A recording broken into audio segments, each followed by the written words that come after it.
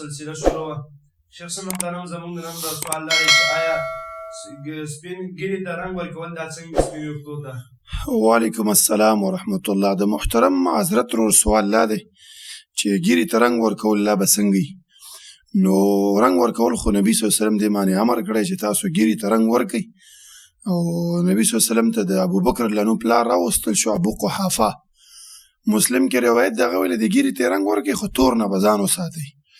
همداسې په ابو داود کې حدیث د نبي صلی الله علیه وسلم چې بعضې خلک دي خپل ویښتو ته به تور رنګ ورکئ د جنت بوی به مونه مومي. نو مطلب دا شو چې ږیرې ته رنګ ورکولی شي خو تور نه به ځان ساتي.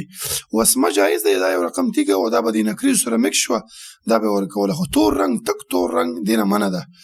علت پکې څه دی؟ څه وجه ما ته خو کې دوکه ښکاري. ولې؟ ځکه یو کس دی د شپېتو 50 کلو دی او ږیرې ته رنګ ورکړي د ځان نه 30 کلن جوړ کړي، نو د غش ماده پکې پرته ده، خلکو ته به دوکې ورکوي، مثال ځان به ورته ځوان معرفي کوي.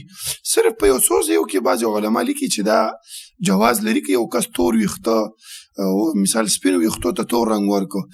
بعضې هغه ځوانان مثال د 15 او 14 کلو دي 20 کلو دي، موږ یې پېژنو، هغو ته بعضې بیماریانې دي او ویښتې ټول سپین شوي دي. نو دلته دا خو بیماري ده، د بیماري علاج به شریعت اجازه ورکړې ده. او یو هغه ځوان مثال جهاد ته ځي او هغه خپل ویښتو ته رنګ ورکي، جواز لري، ځکه هغه دشمن یارول مقصد دی. که هغه مخامخ وګوري چې لکه بوډاګان نه روان دي، نو زړه کې به هغه حوصلې نور هم جګي چې زه بوډاګانو سره مقابله ده، او چې تور تور ویښتو والا وګوري زړه به بالي چې لکه دغه ځوانان راغلي. نو دغه علت پکې ماته ښکاري. دوستان محترم دویم سوال زموږ دا دی چې آیا د اوښ د غوښې په خوراک سره اودس ماتېږي او که نه؟ صحیح خبر ده، د مشکات کې حدیث دی، نبي صلی الله علیه وسلم وایي چا چې د ایبلو غوښه وخوړه فلیتوضا، اودس دې وکړي، دې سره اودس ماتېږي. ولې ماتېږي؟ بس شریعت ویلی چې ماتېږي، خوب مانی شریعت وی ماتېږي، بس شریعت وی چې مات دی. ذکر ته لاس وړ، نبي صلی الله علیه وسلم فرمایي چې من مس ذکر فلیتوضا، اودس مات دی، نو بس شریعت ویلي.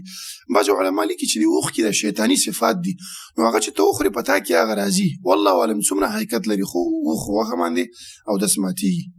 شیخ صاحب محترم بل سوال زموږ دا دی چې یو سړی بغیر د حایل له زنانه مسح کوي، په دې سره اودس ماتېږي او که نه؟ بغیر د حایله زنانه لاس ورول دې باندې اودس نه ماتېږي. نبي صلی الله علیه وسلم خپلې بیبیانې به ښکلې کړلې او بیا به لاړ مانځه ته. دا د امام شافعي دا قول دی او د قرآن نه هغه استدلال کوي چې او لامستم النساء، تاسو چې کله ښځې لمس کړي نو اودس وکړئ. خو هلته لمس نه مراد جما ده. صحیح خبره چې زنانه ته لاس ورولو سره اودس نه ماتېږي. نه شیخ صاحب محترم بل سوال زموږ دا دی په مانځه کې سړی وخاندی په دې سره د اودس ماتېږي او که نه؟ صحیح خبره ده چې په خندا باندې اودس نه ماتېږي. او مونځ خشوع چې ختمه شوله مونځ دوباره سر نه وکړه، ځکه مونځ کې خشوع فرض ده، ضرور د دې نه بغیر مونځ صحیح نه دی. نو ته چې په مانځه کې خاندې هغه به کوم مونځي، خو اودس پرې نه دی ماته، اودس یې صحیح دی. شیخ صاحب محترم بل سوال زموږ دا دی چې آیا جنوب په جومات کې وخت تېرول څنګه دي؟ جنوب دپاره په مسجد کې وخت تېرول دا نه دی ګوره چې دا جنوب دی ورشي مسجد کې دیره کې، مطلب دا یو طالب دی دا په مسجد کې دیره کېږي، نو هغه په جنوب کېږي، نو جواز لري. لکه اصحاب صفه بعضې صحابه وو چې کورونه یې نه ول، هغوی په مسجد کې دیره وو، هغه ته باید باندې احترام هم کېده، نو دې کې به شرعن صاحب نشته، دا ګنهګار نه وي په دې خبره. شیخ صاحب محترم بل سوال زموږ دا دی چې جنوب انسان د جنابت په وخت کې خوب کولی شي او که نه؟ ګران سوال لا دی بل چې جنوب په انسان لپاره خوب څنګه دی. نو ډېرو خلکو د جنابت نه غټ جرم جوړ کړی، لکه 302 دي چې کړه، لکه خبرې به نه کوي. موږ به چې ماشومان وایي چا سره دې که خبرې وکړې د هغه ګناه هم په تا باندې درځي، او خوراک به نه کوي او دا به نه کوي. دا یو شی هم شرعن سمنن دی، خوب کولی شي، خوراک کولی شي، خلکو سره خبرې کولی شي، هېڅ نه. او د مونځ ټیم راغی، غوره خبره دا چې اودس مخکې نه وکړي، ښه ده، ځکه لږ ذکر اذکار به وکړي. خو که صرف سړي دا غسل لیټ که هغه ټیم ته چې هغه مونځ ټیم داخل شي، هېڅ خبره نه، ګناهګار نه دی. شیخ صاحب محترم بل سوال زموږ دا دی چې کله مانځه وخت راشي او اوبه نه وي او آخر وخت کې د اوبو موندلو امکان وي، آیا دې سړي له تیمم ویل جایز دی او که نه؟ صحیح خبره چې تیمم دې دا نه وخت انتظار به وکړي، آخر وخت کې به وکړي، ځکه دلته عذر را پېښ شوی دی، لا یکلف الله نفسا الا وسعها. الله وایي بنده باندې دومره بوج چې هغه اوچتولی شي، اوبه دې ته وروسته میلاو شوي. یو هغې چې اوبه نږدې دي ډېر اخیستلی نه شي، مثال بوقه ده، اوبه لندې کوهي کې دي او بوقه ورسره نشته، یا مثال دا اوبه دومره لرې دي چې دا ځي ورپسې نو مونځ قضا کېږي، نو بیا دې تیمم وخي. چې مونځ نه قضا کېږي او خیر دی په اول وخت کې نه کوي، په دویم کې به وکړي، نو بیا دې تیمم نه وخي.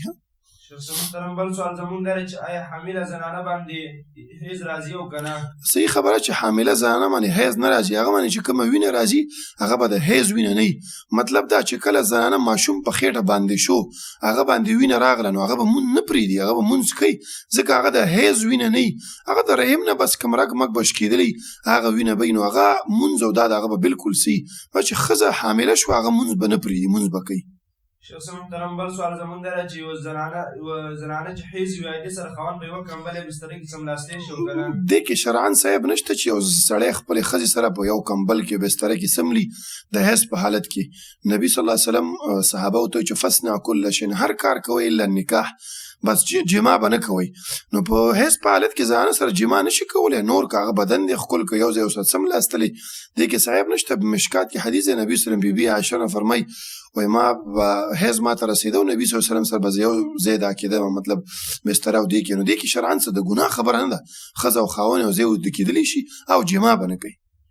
شخص محترم بل سوال زمونږ دا د میږیانو وغیره سوړو کې بول کول دا څنګه دي؟ صحیح کار نه په دې کې د ځکه ضرر رسول دی هغو ته، او بعضې وخت کې داسې وي چې په دې سوړو او دې کې جنات هلته اوسېږي، ته په هغه کې مثال بول یې وکړي یا پکې سرې اوبه بعضې وخت کې یو څه پکې واچې نو دغه میږیان یا مثال هغو ته یا تکلیف ورکړه بې ضرره شی او جنات پکې نو هغه به تا ته ضرر در ورسوي، ځکه جنات چې کله ته ضرر ور ورسوي نو هغه بېرته بدلي اخلي. ډېر خلک د موږ مشاهده کړي هلکه شپې دا کس روان و ما ته یې ماشوم مړ کړ، شپې دې ګزار وکړو ما ته یې ماشوم سرې اوبه یې خوشې کړې ما ته ماشوم، جنات دا خبره کوي. نو په دا سوړو دې کې بول نه کول پکار، بعضې وخت کې هغه کې مار لړمې ته پکې بول وکړي داسې نه چې ودي چې چیندې نه ځان ساتل پکار دي. شخص محترم جزاک الله خیر بارک الله فیک.